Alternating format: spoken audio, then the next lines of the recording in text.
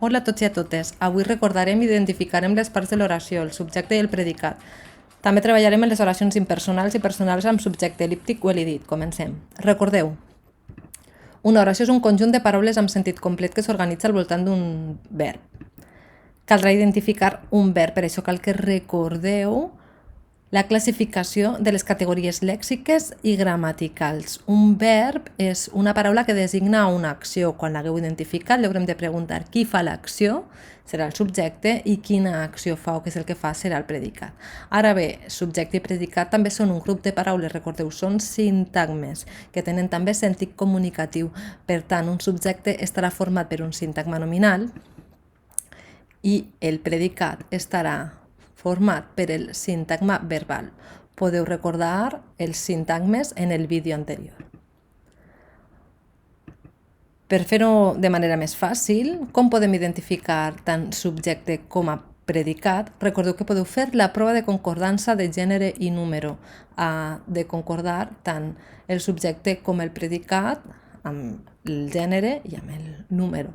Haurem de preguntar qui fa l'acció i quina acció fa per poder identificar-los.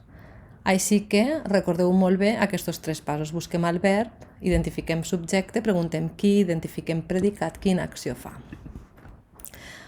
Recordeu novament que el subjecte està format per un sintagma nominal. El nucli serà un substantiu i podrà anar acompanyat o no de determinants i complements. Recordeu la seva estructura com hem treballat en el vídeo anterior. El més important és que tingueu present que el predicat és l'element més important de l'oració i que sense ell només hi hauria una frase o sintagma aïllat. Per tant, és importantíssim que sapigueu identificar el verb correctament i també el seu sintagma verbal. Recordeu, el sintagma verbal, el seu nucli és el verb i pot anar acompanyat per un sintagma adjectival, adverbial, preposicional, que complementen el verb i en ocasions també va precedit per algun adverbi. Aneu a veure-ho més fàcilment en els següents exemples. Recordeu com identifiquem subjecte i predicat, ens fem les preguntes, però primer de tot, passos. Busquem el verb. Recordeu que el verb és la paraula que designa una acció. Serà el verb més important, ja que en una oració podem trobar diferents verbs. Segon pas, fem les preguntes corresponents. Qui fa l'acció per trobar el subjecte? Quina acció fa per trobar predicat? En l'exemple, Joan i Marta han aprovat l'examen, buscarem primer el verb han aprovat i farem les preguntes corresponents per trobar tant el subjecte com el predicat. La següent oració, l'escola obrirà molt prompte. Busquem el verb obrirà. Fem la pregunta qui obrirà?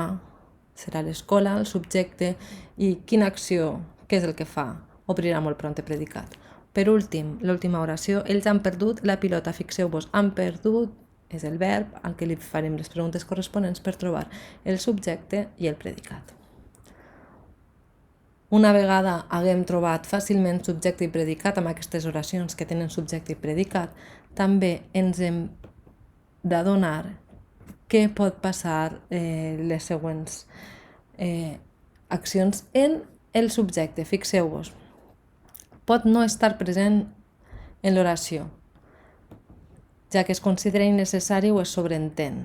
En aquest cas li direm que és un subjecte el·líptic o elidit. En aquesta frase han perdut la pilota, han perdut seria el verb i la pilota el complement del verb, per ell mateix ja formaria el predicat de l'oració, tindria significat complet, i qui, ells o elles, seria el subjecte el·líptic o elidit. També pot ocórrer que en una oració trobem que no hi hagi subjecte perquè el verb és un verb impersonal, no hi ha ninguna persona o cosa que faci l'acció, com per exemple en els verbs que es refereixen a fenòmens meteorològics, o el verb haver més i. Aquestes oracions es diran oracions impersonals i estaran també formades únicament per un predicat. Així que es pot donar informació del subjecte només el predicat i pot formar ell a soles una oració. En aquest cas tindrem oracions personals amb subjecte o més, que serà subjecte elíptic o elidit, com per exemple en l'oració he anat a comprar, es sobreentén que sóc jo qui he anat a comprar, ja ho diu el verb he anat, a què es refereix el número i persona. I també podem trobar oracions impersonals, que són les que tindran uns verbs que designen fenòmens meteorològics o pronom i més verb haver. En aquest cas, per exemple, trobem oracions com ha estat tronant durant tot el matí, o hi ha un xiquet jugant sol al parc, com per exemple hi ha serà el verb, i un xiquet jugant sol al parc serà el complement del verb. Fixeu-vos que també tenim jugant un verb, però en aquest cas actua com a complement d'ella. Ja ho veureu més endavant i recordeu quan hem treballat els sintagmes, com dins de cada sintagma podia haver més sintagmes, com és en aquest cas.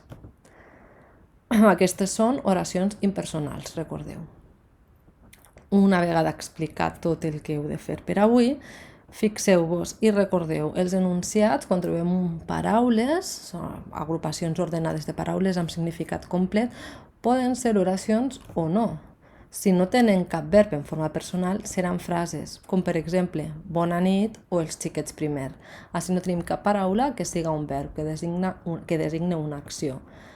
Ara bé, si tenen almenys un verb en forma personal, sí que són oracions i podem trobar subjecte i predicat, com per exemple les xiquetes estan jugant a futbol, trobem que les xiquetes són el subjecte i estan jugant a futbol el predicat. Com ho hem pogut saber? Com ho hem identificat? Perquè el subjecte és qui fa l'acció, recordeu, i el predicat té un verb sempre i ens explica què és el que fa el subjecte, quina acció fa. Ara bé, podem trobar-nos que no tinguem subjecte en una oració. Serien oracions amb subjecte elíptic o elidit.